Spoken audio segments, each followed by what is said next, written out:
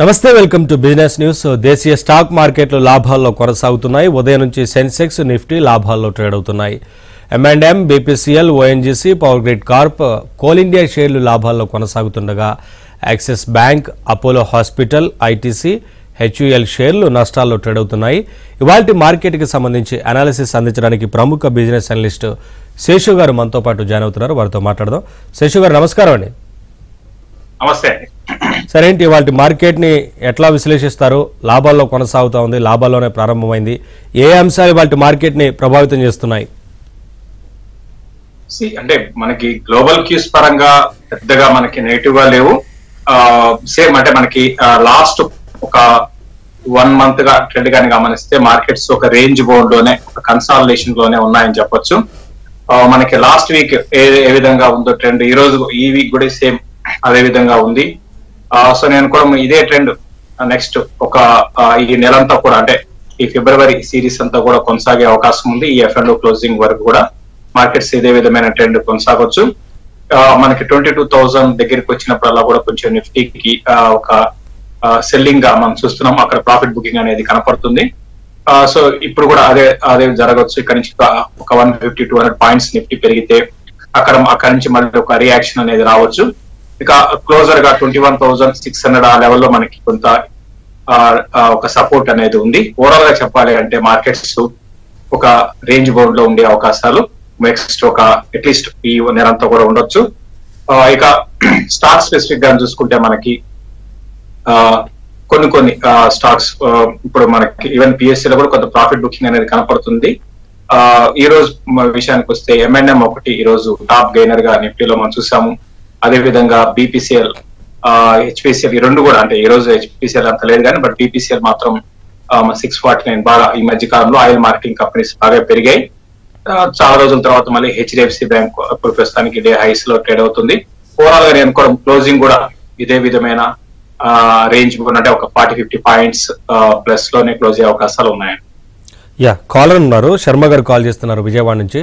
శర్మ గారు మాట్లాడండి శేషు గారితో, మీకున్న డౌట్ ఏంటో చెప్పండి. నమస్కారం సార్.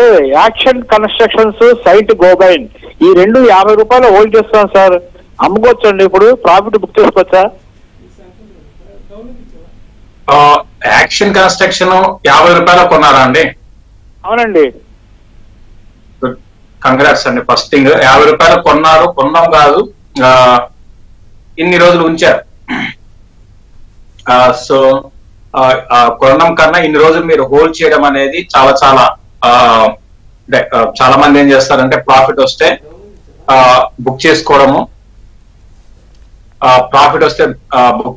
అదేవిధంగా లాస్ ఉంటే దాన్ని వదిలేసేయడం లాంగ్ టర్మ్ కి. ఈ విధంగా మెజారిటీ అండి నేను చూసిన వాళ్ళు 90% ఆ విధంగా చేస్తారు. బట్ యాక్షన్ కన్స్ట్రక్షన్ పరంగా మనకి అంటే బిజినెస్ పరంగా బాగుందండి. ఒకప్పటికి ఇప్పటికి చాలా, ఇప్పుడు ఫర్ ఎగ్జాంపుల్ లేటెస్ట్ నెంబర్స్ తీసుకుందాము, 753 కోట్లు అండి. ఇదే లాస్ట్ ఇయర్ తో పోల్చుకుంటే 556 crores. ఈ విధంగా గ్రోత్ ఉంది. మనకి గ్రోత్ ఈ విధంగా ఇంటాక్ట్ లో ఉన్నప్పుడు మీరు ఉంచాలి.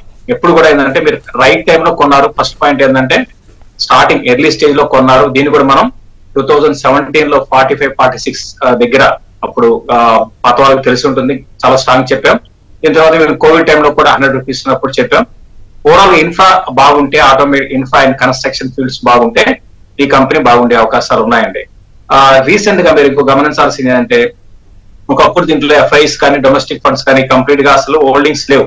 ఈ రోజు కానీ గమనిస్తే FIs బాగా దీన్ని కొన్నారు, తర్వాత డొమెస్టిక్ ఫండ్స్ ఇప్పుడు కొన్నారు. ప్రస్తుతానికి అయితే ఉంచండి, చూడండి మధ్యలో ఎప్పుడైతే డీ గ్రోత్ ఉంటుందో అప్పుడు మీరు అప్పుడు ఎగ్జిట్ కావచ్చు. ఇక సెయింట్ గోబైన్ విషయానికి వస్తే స్లోగా ఉంటుందండి ఇది కూడా మంచి కంపెనీ, అదే గ్రోత్ కంపెనీ అయితే కాదు. ఇప్పుడు మనం యాక్షన్ కన్స్ట్రక్షన్ అనేది కంప్లీట్ గా గ్రోత్ ఉన్న కంపెనీ. సెయింట్ గోబైన్ అనేది చాలా స్లోగా ఉంటుంది, స్టడీగా ఉంటుంది. దీంట్లో మాత్రం మీరు ఒక few weeks or few months లో ఉంచి ప్రాఫిట్ బుక్ చేసుకోవడానికి ప్రయత్నం చేయండి. నెక్స్ట్ కాలర్ చేస్తున్నారు కిషన్ గారు మాట్లాడండి శేషు గారితో, చెప్పండి. శేషు గారు, నా దగ్గర గుల్షన్ పాలీ అని ఒక 200 ఉన్నాయి. ఆటో ఆన్సలైజ్ శారదా మోటార్స్ అనేది ఒక 100 ఉన్నాయి. ఎగ్జిట్ కమ్మంటారా ఉంచమంటారా? లాభాల్లో ఉన్నాను, ప్రాఫిట్ లో.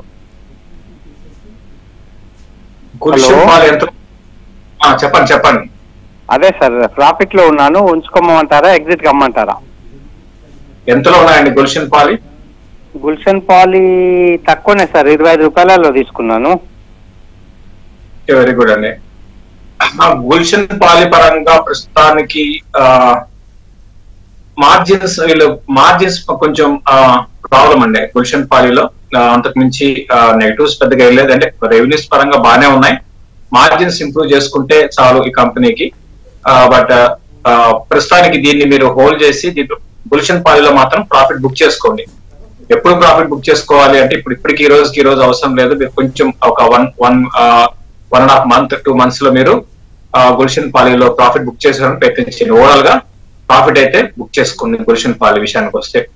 శారదా మోటార్స్ విషయానికి వస్తే అండి, సో ఓవరాల్ గా నేను ఆటో యాన్సిలరీ కింద ఆటో యాన్సిలరీ మీద చాలా పాజిటివ్ గా ఉన్నాను. శారదా మోటార్స్ కూడా బాగుంది, ప్రస్తుతానికి బాగానే ఉందండి. ఇది కూడా బాగానే ఉంది. దీన్ని కూడా మీరు ఒక 2 months అట్లా చూసి దీంట్లో కూడా ప్రాఫిట్ బుక్ చేసుకోండి. శారదా మోటార్స్ లో కూడా ప్రాఫిట్ బుక్ చేసుకోండి. ఇప్పటికిప్పుడు ఈ రోజు హడావుడి పడి ప్రాఫిట్ బుక్ చేసుకోవాల్సిన అవసరం లేదు. ఒక 2 to 3 months లో మనకి కొంచెం నేను అనుకోవడం, దాని తర్వాత కొంచెం సెల్లింగ్ రావడానికి అవకాశం ఉంటుందండి మీడియం స్మాల్ క్యాప్. ఇప్పుడు ఆల్రెడీ మనం చూస్తున్నాం సెల్లింగ్. సో కాబట్టి ప్రస్తుతానికి అయితే హోల్డ్ చేసి 2 to 3 months లో ప్రాఫిట్ బుక్ చేసుకోండి. నెక్స్ట్ కాలర్ రాజేంద్ర కుమార్ గారు చేస్తున్నారు. రాజేంద్ర కుమార్ గారు మాట్లాడండి శేషు గారితో. Hello sir, Deepak fertilisers continue చేస్తుంటారా? హలో దీపక్ ఫర్టిలైజర్స్ అండి, I bought it at 200 rupees. ఏమైనా ప్రాఫిట్ బుక్ చేసుకోమంటారా, కంటిన్యూ చేయమంటారా? సో అంటే మీరు లాంగ్ బ్యాక్ కొని ఉంటారు కదండి, అంతేనా? అవునండి. రీసెంట్ గా 700 దాకా వచ్చి బాగా కిందకు వచ్చింది. ఇప్పుడు మళ్ళీ పడి పెరుగుతున్న టైం అండి. ఈ టైంలో ప్రాఫిట్ బుక్ చేసుకోవద్దు, హోల్డ్ చేయమని చెప్తాను. ఇంకా ఆఫ్ కోర్స్ మన రిజల్ట్ దాదాపు అన్ని కంపెనీస్ కి, ఫెర్టిలైజర్స్ కంపెనీస్ అన్నిటికి కూడా బాగా రాలేదు. సో నేను కూడా ఈసారి మాన్సూన్ బాగుండొచ్చు అని మనం ఇనిషియల్ గా మనం చూస్తున్నాము వార్తలు. కాబట్టి మాన్సూన్ బాగుంటే మళ్ళీ ఇది బౌన్స్ అయ్యే అవకాశం ఉంది. దీంతో పాటు పెట్రోకెమికల్స్ లో కూడా ఉన్న కొంచెం డైవర్సిఫైడ్ కంపెనీ. ప్రస్తుతానికి అయితే మీరు హోల్డ్ చేయండి అండి. శేషు గారు, హాస్పిటాలిటీ స్టాక్స్ ఎలా ఉన్నాయి? దీని గురించి చాలా మంది అడుగుతా ఉన్నారు. హాస్పిటాలిటీ విషయానికి వస్తే బ్రహ్మాండంగా మన ఉండే అవకాశాలు ఉంటాయండి. మన ఇండియాలో హాస్పిటాలిటీ రంగంగా గమనిస్తే, హాస్పిటాలిటీ అంటే హోటల్స్ కావచ్చు, తర్వాత ట్రావెల్ ఏజెన్సీస్ కంపెనీస్ కావచ్చు, అదే విధంగా ఈవెన్ మీకు ఏవియేషన్ కావచ్చు, తర్వాత టికెట్ బుకింగ్ లైక్ మనకి మొనోపలి అయినా ఐఆర్సిటిసి, ఇటువంటివన్నీ కూడా బాగానే ఉండే అవకాశాలు ఉన్నాయి. ఎందుకంటే మన ఇండియాలో ట్రావెల్ చేసే వారి సంఖ్య రోజు రోజుకి పెరుగుతుంది. కాబట్టి హాస్పిటాలిటీ లో ప్రతి ఒక్కరు కూడా ఇన్వెస్ట్ చేయాలి. మరి ముఖ్యంగా హోటల్ స్టాక్స్ లో ప్రతి ఒక్కరు కూడా ఇన్వెస్ట్ చేయడానికి ప్రయత్నించామని చెప్పి. నెక్స్ట్ కాలర్ శ్రీకాంత్ చేస్తున్నారు హైదరాబాద్ నుంచి. శ్రీకాంత్ గారు మాట్లాడండి శేషు గారితో, చెప్పండి. సార్ నమస్తే సార్, నా దగ్గర ఇది నెస్ట్లో ఉన్నాయండి. ఆఫ్టర్ స్ప్లిట్ కొన్నాను. 26-25 130 shares ఉన్నాయండి. సో లాస్ట్ లో ఉన్నాను. సో ప్రాఫిట్ మీకేంటి దానికోసం, అంటే స్ప్లిట్ కి ముందు బోనస్ కోసం కొన్నారా అండి? ఆఫ్టర్ బోనస్ అండి, అదే ఆఫ్టర్ స్ప్లిట్ తర్వాత కొన్నానండి. ఆఫ్టర్ స్ప్లిట్ తర్వాత కొన్నారు. ఓకే, అందరు కూడా చాలా మంది రీసెంట్ గా ఏంటంటే నెస్లేలో బోనస్ వస్తుందని చెప్పేసి అందరూ కూడా, అంటే దానివల్ల ఏం రాదండి. అంటే చాలా మంది ఏంటంటే ఏదో షేర్లు పెరుగుతాయి తప్ప దాని తగ్గట్టుగా ప్రైస్ అడ్జస్ట్మెంట్ జరుగుతుంది. సో అక్కడ నుంచి పడ్డం స్టార్ట్ అయింది. సో ఓవరాల్ గా నెస్లో ఏంటంటే అండి, ఇన్ఫ్లేషన్ మనకి, అంటే ఇన్ఫ్లేషన్ ఎంత ఉందో అంటే 6-7% 8% అలా అటువంటి రిటర్న్స్ మనకి పరాణం 10% రిటర్న్స్ కన్నా మనం ఎక్కువ ఎక్స్పెక్ట్ చేయలేమండి. నెస్లేలో స్లోగా ఉంటుంది, స్టడీగా ఉంటుంది. తర్వాత ఎక్స్పెన్సివ్ స్టాక్, ఆఫ్ కోర్స్ మంచి బ్రాండ్ వాల్యూ అన్ని ఉన్నాయి. అయినా సరే ఏంటంటే వీళ్ళకి బిజినెస్ అనేది ఒక్కసారి బిజినెస్ తగ్గిపోదు, ఒక్కసారి భారీగా పెరిగిపోదు. కాబట్టి ఏంటంటే స్లోగా ఉంటుంది, బాగా ఓపిక ఉండాలి ఈ స్టాక్ లో మీరు హోల్డ్ చేయాలంటే. ప్రస్తుతానికి అయితే హోల్డ్ చేయాలి. నెక్స్ట్ కాలర్ రమేష్ చేస్తున్నారు. రమేష్ గారు మాట్లాడండి శేషు గారితో. సార్ నా దగ్గర పివిఆర్ హైనాక్స్ అని ఐనాక్స్ లీజర్ నుండి ఐపీఓలు వచ్చినాయి, ఒక 100 ఉన్నాయి. అలాగే కల్పతరు ప్రాజెక్ట్ అని ఒక 500 ఉన్నాయి. ఈ ప్రాఫిట్ లో ఉన్నాను, ఉండమంటారా? ఈ ర్యాలీలో బయటపడమంటారా? మీకు ఫస్ట్ స్టాక్ ఏమన్నారు? PVR INOX. Okay okay right అండి. ఓకే, ప్రాఫిట్ లో ఉన్నారు, ప్రాఫిట్ నుంచి ప్రాఫిట్ బుక్ చేసుకోవాలా అంతే కదండి?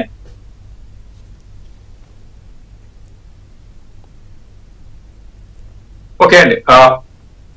పీవీఆర్ లో అయితే నేను అనుకోవడము పీవీఆర్ ఐనాక్స్ లో ప్రాఫిట్ బుక్ చేసుకోమనే చెప్తానండి. ప్రాఫిట్ లో ఉన్నా అంటున్నారు కాబట్టి ప్రాఫిట్ బుక్ చేసుకోండి.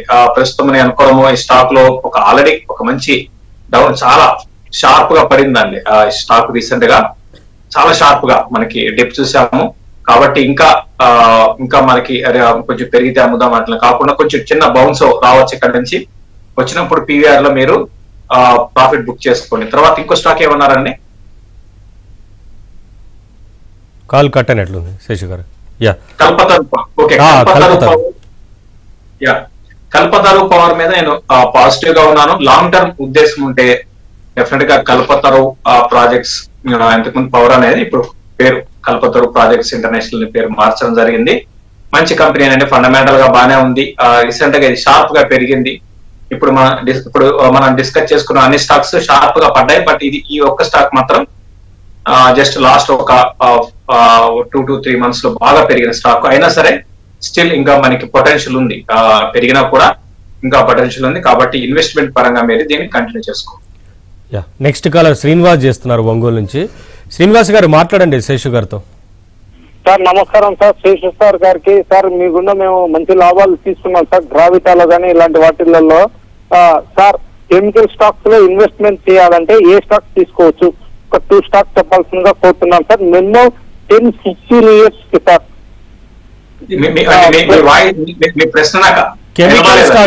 కెమికల్ స్టాక్స్ లో లాంగ్ టర్మ్ సార్ ఒక 10-15 years కి సార్ పిల్లలకి గిఫ్ట్ గా ఇవ్వడానికి ఏవి తీసుకోవచ్చు? అదే విధంగా కన్జ్యూమర్ లో ఏది తీసుకోవచ్చు? ఈ 2 సెక్టార్ల నుంచి 4 స్టాక్స్ చెప్పండి సార్. మీరు ఏరోప్లేస్ చెప్పారు, మంచి రిటర్న్ వచ్చింది సార్ మాకు. అదే విధంగా అది సార్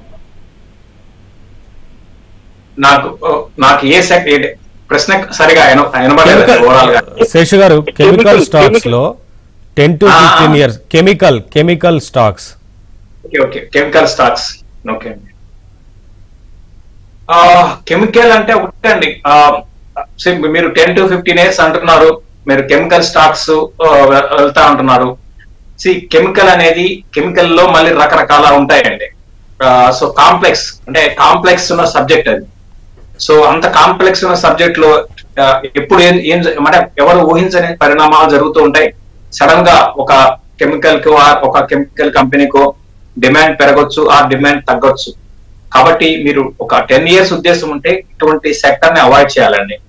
కెమికల్స్ లాంటి సెక్టర్ ని అవాయిడ్ చేయాలి. దానికన్నా మీకు బిజినెస్ లో మనకి బిజినెస్ స్టడీగా ఉండాలి, భారీ ఒడిదుడుకులు ఉండకూడదు. అటువంటి గ్యారంటీడ్ బిజినెస్ అంటాం అనమాట.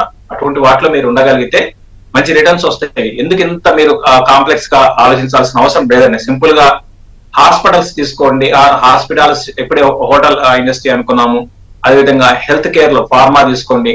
మనకి ఎకానమీ వీక్ ఉన్నా కూడా మనకి హెల్త్ కేర్ మనం ఒక కారు కొనాలనుకుంటే మనం పోస్ట్ పోన్ చేసుకోవచ్చు, ఇల్లు కొనాలనుకుంటే పోస్ట్ పోన్ చేసుకోవచ్చు. అదే హెల్త్ కి ఏదైనా బాగాలేకపోతే హాస్పిటల్ అడ్మిట్ అయితే 5 లక్షలు 10 లక్షలు ఖచ్చితంగా కట్టాలి కదా. సో అవి గ్యారంటీగా ఉంటాయండి. కాబట్టి అటువంటి మీరు 10 ఏళ్ళు అంటున్నారు కాబట్టి 10 ఏళ్లలో ఇటువంటి కంపెనీస్ లో మీరు ఇన్వెస్ట్ చేయడానికి, ఇటువంటి సెక్టర్ లో ఇన్వెస్ట్ చేయడానికి పెట్టచ్చు. ఓవరాల్ గా బ్యాంకింగ్ సెక్టర్ ఎలా ఉంది? ఇటు ప్రభుత్వ రంగ బ్యాంకులు కావచ్చు, ప్రైవేట్ పరంగా కావచ్చు. అంటే ఇప్పుడు ఈ రోజు అంటున్నారా ఓవరాల్ గా? ఈ రోజుకి ఇన్వెస్ట్ చేయాలంటే ఈ రోజుకి ట్రేడింగ్ అవుతుందండి. ఓకే, ఓవరాల్ గా బ్యాంకింగ్ అనేది బాగా మనకి లాస్ట్ ఒక 3-4 months గా బాగా వీక్ ఉన్న సెక్టర్ అంటే బ్యాంకింగ్. ఓవరాల్ గా బ్యాంకింగ్ అయితే పిఎస్యు బ్యాంక్స్ బాగా పెరిగాయండి. రీసెంట్ గా పిఎస్యు బ్యాంక్స్ బాగా పెరిగాయి. బట్ ప్రైవేట్ బ్యాంక్స్ మాత్రం కొంచెం వెనకబడ్డాయని చెప్పొచ్చు. నేను అనుకోవడము ఇంకా నెక్స్ట్ కొన్ని రోజుల్లో నేను కూడా మళ్ళీ ప్రైవేట్ బ్యాంక్స్ కూడా బౌన్స్ అయ్యే అవకాశాలు ఉన్నాయి. రీసెంట్ గా మనం చూసాము పిఎస్యు బ్యాంక్స్ లో దాదాపు అన్ని చిన్న చితక బ్యాంక్ అన్ని కూడా బాగా పెరిగాయి. సో నేను కూడా ఓవరాల్ గా బ్యాంక్స్ మాత్రం ఇప్పుడు ప్రస్తుతానికి కన్సాలిడేషన్ లో ఉన్నాయి బ్యాంక్ నిఫ్టీ పరంగా. బట్ నెక్స్ట్ మంత్ నేను కూడా ప్రైవేట్ బ్యాంక్స్ లో కూడా అప్ అండ్ రావడానికి అవకాశం. నెక్స్ట్ కాలర్ సతీష్ చేస్తున్నారు హైదరాబాద్ నుంచి. సతీష్ గారు మాట్లాడండి శేషు గారితో. గుడ్ ఆఫ్టర్నూన్ శేషు గారు. Good afternoon sir. నా దగ్గర టాటా టెక్నాలజీస్ ఉన్నాయి 1200 దగ్గర, హెచ్డిఎఫ్సి బ్యాంక్ 1600 దగ్గర ఉన్నాయి. రెండు లాంగ్ టర్మ్ కోసం హోల్డ్ చేయవచ్చా? టాటా టెక్నాలజీస్ మీ దగ్గర ఉన్నాయి? 1200 దగ్గర తీసుకున్నాను. హెచ్డిఎఫ్సి బ్యాంక్ 1600 దగ్గర తీసుకున్నాను. హెచ్డిఎఫ్సి బ్యాంక్ ని హోల్డ్ చేయండి అండి. టాటా టెక్నాలజీస్ విషయానికి వస్తే ఎక్స్పెన్సివ్ స్టాక్ అండి. సో చాలా మంది ఐపీఓలో రాని వాళ్ళందరూ కూడా టాటా టెక్నాలజీస్ లో అంటే ఐపీఓ అప్లై చేసుకుంటారు, వాళ్ళకి రాని వాళ్ళు కొన్నారు. చాలా ఎక్స్పెన్సివ్ స్టాక్ అండి. కాబట్టి టాటా టెక్నాలజీస్ లో ఎగ్జిట్ కాండి. ఇంకా ఇది నేను కూడా ఇంకా కిందకి రావడానికి అవకాశం ఉంటుంది. మధ్య మధ్యలో పెరగచ్చేమో కానీ బట్ అది సస్టైన్ కాదండి, ర్యాలీ సస్టైన్ కాదు. కాబట్టి ప్రాఫిట్ బుక్ చేసుకో, సరే లాస్ లో ఉన్నారు కాబట్టి ర్యాలీస్ లో ఎగ్జిట్ కాండి. ఇంకా కిందకి రావచ్చు, టైం వేస్ట్ అయిపోతుంది. దీనికన్నా మీకు వాల్యుయేషన్స్ లో అందుబాటులో ఉన్న స్టాక్ ని కొనుక్కోండి, వాల్యూ స్టాక్స్ లో ఇన్వెస్ట్ చేయండి. అదేవిధంగా ఇప్పుడు అనుకున్న కొన్ని సెక్టర్ డిస్కస్ చేసుకున్నాం, ఇన్ఫ్రా ఒకటి వాటికి వెళ్ళండి. బట్ ఇది మాత్రం మంచి కంపెనీనే, కాకపోతే ఏంటంటే మీరు ఉండాల్సిన రేట్ కన్నా చాలా ఎక్కువ ఉందండి, అది ఇంపార్టెంట్, ఎక్స్పెన్సివ్. దాని గురించి చెప్తున్నాను, ఒకసారి ప్రాఫిట్ చేసుకో, ఐ మీన్ ర్యాలీస్ లో ఎగ్జిట్ కాదు. అంటే శేషు గారు ఎక్స్పెన్సివ్ స్టాక్స్ విషయంలో జాగ్రత్తగా ఉండాలంటారా? అంటే ఫ్యూచర్ లో పెరిగేందుకు ఇంకా అవకాశం ఉండదా? అవునండి, అంటే పెరిగేందుకు అవకాశం ఉండదా అంటే టైం పడుతుందండి. ఫర్ ఎగ్జాంపుల్ మీకు టాటా టెక్నాలజీస్ ఉంది, లేకపోతే టాటా ఎలాక్సీ ఉంది. ఇవన్నీ కూడా ఏంటంటే మంచి కంపెనీసే, బిజినెస్ పరంగా అన్ని ఉన్నాయి. కాకపోతే ఇక్కడ రూపాయి వస్తువు 70 రూపాయల్లో ఉంది, 75 రూపాయల్లో ఉంది టాటా టెక్నాలజీస్. మనం 70 రూపాయి వస్తువు 70 రూపాయలు కొంటే మనకి ఒక ఉన్నా కూడా ఆ విధంగా ఉన్నా కూడా గ్రోత్ ఆ విధంగా ఉండాలండి. గ్రోత్ ఆ విధంగా ఉంటే మనం ఎక్స్పెన్సివ్ కొనవచ్చు. డిసెంబర్ క్వార్టర్ చూస్తే లాస్ట్ ఇయర్ తో కంపేర్ చేసుకుంటే 10% కైండ్ ఆఫ్ రెవెన్యూస్ గ్రోత్ మనకు కనపడింది టాటా టెక్నాలజీస్. కాబట్టి ఏంటంటే ఇటువంటి వాటికి ఏంటంటే 25 to 30% అట్లా గ్రోత్ కనపడాలండి. అట్లా ఉన్నప్పుడే మనం రెండు స్టాక్స్ లో ఇన్వెస్ట్ చేయాలి. బట్ ఏదైనప్పుడు కూడా టాటా టెక్నాలజీస్ పరంగా ఎక్స్పెన్సివ్, బిలో 1000 కూడా ఈ స్టాక్ రావచ్చు అండి ఫ్యూచర్ లో. ఇప్పుడే కాదు, ఫ్యూచర్ లో బిలో 1000 రావచ్చు. ఇమీడియట్ గా అయితే పెరిగే అవకాశం లేదు. కాబట్టి ఎక్స్పెన్సివ్ స్టాక్స్ లో ఉన్న వాళ్ళందరూ కూడా ఇప్పుడు ఈ టైంలో ప్రాఫిట్ బుక్ చేసుకోవడానికి ప్రయత్నం చేయండి. నెక్స్ట్ కాలర్ నారాయణ చేస్తున్నారు. నారాయణ గారు చెప్పండి శేషు గారితో. నమస్తే అండి. చెప్పండి. హలో చెప్పండి సార్. రేమాన్స్ తీసుకున్నాం సార్, 2000 లో, అది ఉంచొచ్చా తీసేయచ్చండి? రేమాన్స్, ఓకే. రేమాన్స్ విషయం ఒకప్పటికి ఇప్పటికి అంటే మంచి బ్రాండ్ మనకు తెలిసిందే. రేమాన్స్ అనేది మంచి బ్రాండ్ మన ఇండియాలో. కాకపోతే ఇండస్ట్రీలో డైనమిక్స్ మారుతున్నాయి, అది మనం అర్థం చేసుకోవాలి. అంటే industrial dynamics in the sense చాలా కాంపిటీషన్, బ్రాండెడ్ అంటే బాటా గానీ రేమండ్స్ ఇవన్నీ కూడా పాత స్టోరీస్. సో ఇప్పుడు ఏమైందంటే మనకి కొత్తవి బ్రాండ్స్ మనకి వస్తున్నాయి. కాబట్టి వీటిని తట్టుకొని ఇటువంటి కంపెనీస్ నిలబడడం అనేది అంత ఈజీ కాదండి. అఫ్ కోర్స్ వీళ్ళు కూడా దాని తగ్గట్టుగా చేంజ్ అవుతున్నారు. సో మనం ఇది ఎప్పుడు కూడా ఇండస్ట్రీని అనాలిసిస్ చేసుకునేటప్పుడు ప్రతి ఒక్కరు కూడా ఆలోచించాల్సింది పరిస్థితులు ఎలా మారుతున్నాయి. లెదర్ ఇండస్ట్రీ పరంగా, అదేవిధంగా ఫుట్వేర్ ఇండస్ట్రీ పరంగా, లేకపోతే ఈ టెక్స్టైల్స్ లో ఇటువంటి బ్రాండెడ్ రేమండ్స్ ఇటువంటి వాటిలో ఇటువంటి కంపెనీస్ వీటిలో చాలా మార్పులు వస్తున్నాయి. కాబట్టి ఏంటంటే నా ఉద్దేశం ప్రకారం అంత అద్భుతంగా అయితే ఫ్యూచర్ ఉంటుంది అయితే అనుకోను. మీకు పిఈ తక్కువ ఉంటుంది. పిఈ తక్కువ ఉందంటే మన అదర్ ఇన్కమ్ లో ఒక 1000 కోట్లు చూపించారండి. దాని కారణంగా పిఈ తక్కువ ఉంది కదా అని చాలా మంది కొంటారు. అది రీజన్ అయితే అంటే అది కాదు. రీసెంట్ గా ఏంటంటే ఒక 1000 కోట్లు ఎంతో చూపించారండి ప్రాఫిట్. దాని కారణంగా ఆ విధంగా కనపడుతుంది మనకి. కాబట్టి 1000 కోట్ల దాకా జూన్ క్వార్టర్ లో చూపించారన్నమాట, అదర్ ఇన్కమ్ వచ్చింది. సో దాని కారణంగా ఆ విధంగా మీకు పిఈ తక్కువ కనపడుతుంటుంది. బట్ నా ఉద్దేశం ప్రకారం ర్యాలీస్ లో ఎగ్జిట్ కాదు. నెక్స్ట్ కాలర్ ప్రదీప్ రెడ్డి చేస్తున్నారు. ప్రదీప్ రెడ్డి గారు మాట్లాడండి శేషు గారితో. Sir good afternoon sir. Good afternoon చెప్పండి sir. IDFC first bank, IDFC రెండు మెర్జ్ చేస్తారు నవంబర్ లో అనేది, మరి ఆ తర్వాత ఏం న్యూస్ రాలేదు. అది ఇంకొకటి ఐడిఎఫ్సి ఫస్ట్ బ్యాంక్ నేను 90లో తీసుకున్నాను సార్, ఇప్పుడు 80కి వచ్చింది. దాని పరిస్థితి ఏమేమి? ఉంచండి, స్లోగా ఉంటుంది ప్రస్తుతానికి, ఉంచండి. ప్రస్తుతానికి కొంచెం స్లోగా ఉంటుందండి అంతే. మనకి ఎందుకంటే ప్రైవేట్ బ్యాంక్స్ ఈ మధ్య బాగాలేవు, బాగా పెరగటం లేదు. సో సో అది కూడా ఒక కారణం. బట్ అయితే ఉంచండి ప్రస్తుతానికి. ఇన్సూరెన్స్ స్టాక్స్ ఎలా ఉన్నాయి సార్? ఇన్సూరెన్స్ సెక్టార్ లో అండి బాగానే ఉంటుంది, కానీ చాలా ఓపిక ఉండాలి. చాలా అంటే మన ఇండియాలో ఏంటంటే ఇన్సూరెన్స్ సెక్టార్ అనేది ఇప్పుడు ఒక మంచి గ్రోత్ ఫేజ్ లో ఎంటర్ అయ్యాం మనం. కాబట్టి నెక్స్ట్ ఒక 3 to 4 years లో మంచి అటు టాప్ లైన్ గ్రోత్ మనం చూడవచ్చు. పాజిటివ్ గానే ఉన్నాను. కాకపోతే ఏంటంటే ఇన్సూరెన్స్ సెక్టర్ లో రిటర్న్స్ మనకి అద్భుతాలు అంటే 40-50% కైండ్ ఆఫ్ రిటర్న్స్ కోసం ఎవరు కూడా ఇన్వెస్ట్ చేయకండి. 16%, 18% కైండ్ ఆఫ్ రిటర్న్స్ అంతకు మించి రావండి. నెక్స్ట్ కాలర్ సుమన్ చేస్తున్నారు హైదరాబాద్ నుంచి. సుమన్ గారు మాట్లాడండి శేషు గారితో.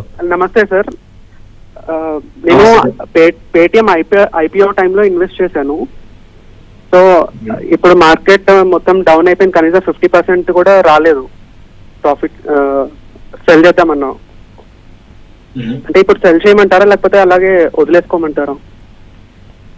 అంటే పేటిఎం ది మీకు అందరికీ తెలిసిందే.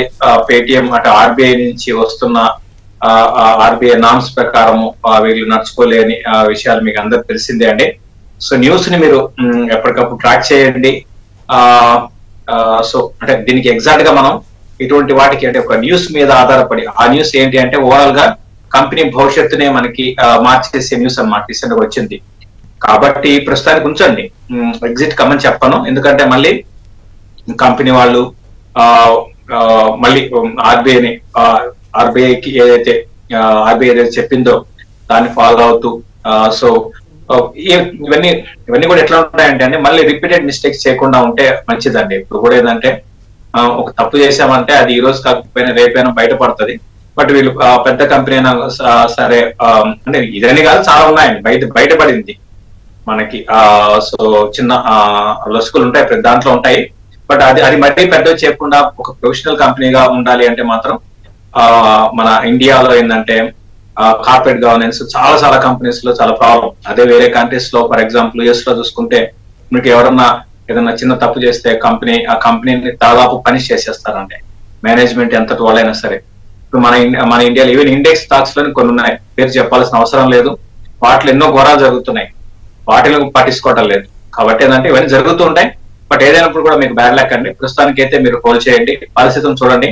ఏమన్నా మళ్ళీ కంపెనీ సైడ్ నుంచి పాజిటివ్ గా రావడము, అదేవిధంగా ఆర్బీఐ నుంచి ఏదైనా పాజిటివ్ అంశాలు రావడము వస్తే స్టాక్ మళ్ళీ బౌన్స్ అయ్యే అవకాశాలు ఉన్నాయి. నెక్స్ట్ కాలర్ కారుణ్య చేస్తున్నారు. కారుణ్య గారు మాట్లాడండి శేషు గారితో. నమస్తే సార్. నమస్తే, చెప్పండి. కొచ్చిన్ షిప్ యార్డ్ 908 మీద కొన్నాను సార్. అది బెటర్మెంట్ రావాలంటే ఇంకా ఎన్ని రోజులు హోల్డ్ చేయాల్సి ఉంటుంది? దాని పొజిషన్ ఎలా ఉంది సార్ ప్రస్తుతం? ఏమన్నారండి? Cochin shipyard sir. Cochin shipyard 908 మీద కొన్నాము. ఓకే, దాని బెటర్మెంట్ ఎలా ఉంది? కొంచెం బెటర్మెంట్ రావాలంటే ఎన్ని రోజులు హోల్డ్ చేయాల్సి ఉంటుంది సార్ దాన్ని? కొచ్చి షిప్ యార్డ్ అంటే ప్రస్తుతానికి అయితే స్టాక్ అయితే బాగా పెరిగింది. మళ్ళీ ఇప్పుడు పెరిగి పడడం స్టార్ట్ అయింది. ఇదేమి గ్రోత్ ఉండే స్టాక్ అయితే కాదు. మీ రేట్కి వస్తే మీరు అమ్మేసేసి ఎగ్జిట్ కాండి. మీ రేటుకి వస్తుందని కూడా అనుకోను, ర్యాలీస్ లో ఎగ్జిట్ కాండి. వేరే స్టాక్ మంచి స్టాక్స్ దీనికన్నా మంచి కంపెనీస్ ఉన్నాయి, వాటి వెళ్ళండి. దీంట్లో ప్రస్తుతానికి అయితే ర్యాలీస్ లో ఎగ్జిట్ కాండి. ఆటోమొబైల్ సెక్టర్ ఎలా ఉంది సార్ ఓవరాల్ గా? ఓవరాల్ గా ఆటోమొబైల్ సెక్టర్ చాలా బాగుందని చెప్పొచ్చండి.